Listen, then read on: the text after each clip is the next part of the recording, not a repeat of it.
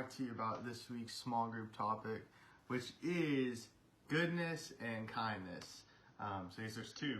So I want y'all to think of something right now. I want you to think about what goodness is and what kindness is. And I want you to think, this is primarily what I want you to think of is can you have goodness without kindness, and can you have kindness without goodness? Think about it for just a second. I'll let you do that. Yeah, it's kind of hard to think of something, isn't it? So I love these two things, kindness and goodness, because yes, like it says all over Scripture that we're called to love, and we follow a God that is so loving and so kind and so merciful. And it says in Scripture that we're supposed to be loving, we're supposed to be kind. But I want y'all to think about this. Sometimes it's hard, right? Do you think it's hard sometimes to be kind or to be good to somebody? Yeah, sometimes it is, because we're not always going to be on this very we're not always going to be happy. We're not always going to be joyful, and that's okay, but we're still called to love. And that's where it comes down to it, where I really like the saying, we have to choose joy, and I feel like both of those come into hand with this, because with kindness and goodness there's joy.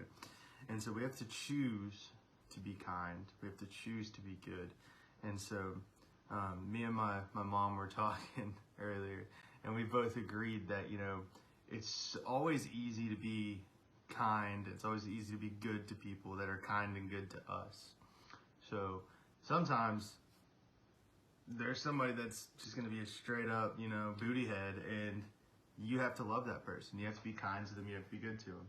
So that is one of my challenges to you is, whenever you see somebody that's not being loving, if you see somebody that's not being kind, whether that's in person or on social media, we're still called to love that person, because that's still a child of God.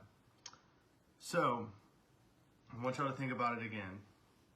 Kindness and goodness, what are each of those?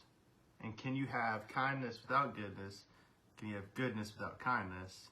And in your small groups, I want you to discuss, sorry, I got a little tongue-tied.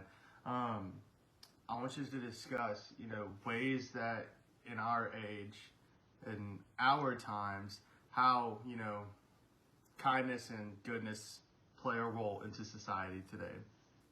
Because, as everybody knows, everybody's going crazy right now because of the times that it is. And yeah, so from me to you, I hope you'll have a fantastic small group, and peace out.